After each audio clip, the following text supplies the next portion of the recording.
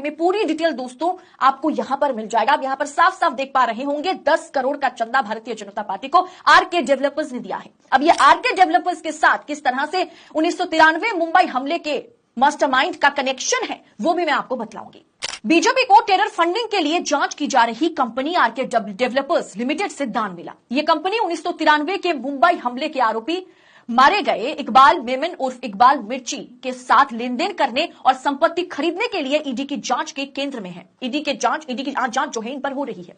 चुनाव आयोग में बीजेपी की फाइलिंग के मुताबिक बॉम्ब विस्फोटक और माफिया सरगना दाऊद इब्राहिम के करीबी सहयोगी ने सत्ताधारी पार्टी को पैसा दिया। 2019 के बाद से इस मामले पर सही तरीके से कोई कार्रवाई नहीं हुई और आगे कार्रवाई जो है वो नहीं बढ़ी।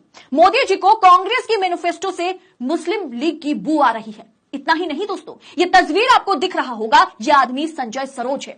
ये बीजेपी में हाल ही में शामिल हुए हैं। 2018 में ये लश्कर ए तोयबा के लिए टेरर फंडिंग के आरोपी माने गए थे और वे जेल भी गए थे। आतंकियों के बिना बीजेपी का काम क्यों नहीं चलता दोस्तों? बाद में इन्हें जो है आपको भाजपा में शामिल करनी पड़ रही है। क्या अगली सदस्यता हाफिज सईद, मौलाना मसूद अजहर या हक्कानी को देगी क्या बीजेपी? अगर उससे भी भारतीय जनता पार्टी को थोड़ा फायदा हो जाए। इस तस्वीर को भी देखिए दोस्तों, ये तस्वीर आप देखिए। 2018 में यूपी एटीएस के मुताबिक पाकिस्तान के निर्देश पर संजय सरोज टेरर फंडिंग में शामिल थे। 2024 में टेरर फंडिंग के लिए आरोपी संजय सरोज को भाजपा में शामिल किया गया।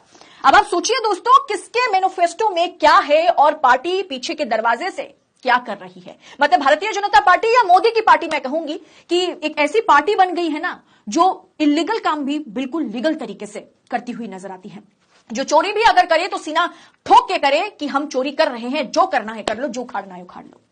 अब ऐसी पार्टी अगर कहें और ऐसी पार्टी के मुखिया अगर कहें कि इस मैनिफेस्टो से, इस घोषणा पत्र से, इस न्याय पत्र से हमें मुस्लिम लीग की बू आ रही है, अगर ये मैनिफेस्टो अगर कांग्रेस सत्ता में आ जाए तो सिर्फ मुसलमानों का कल्याण होगा और हिंदुओं का राम नाम सत्य हो जाएगा, वो कितना उचित है, वो कितना सच है, ये विचार करने की जरूरत है।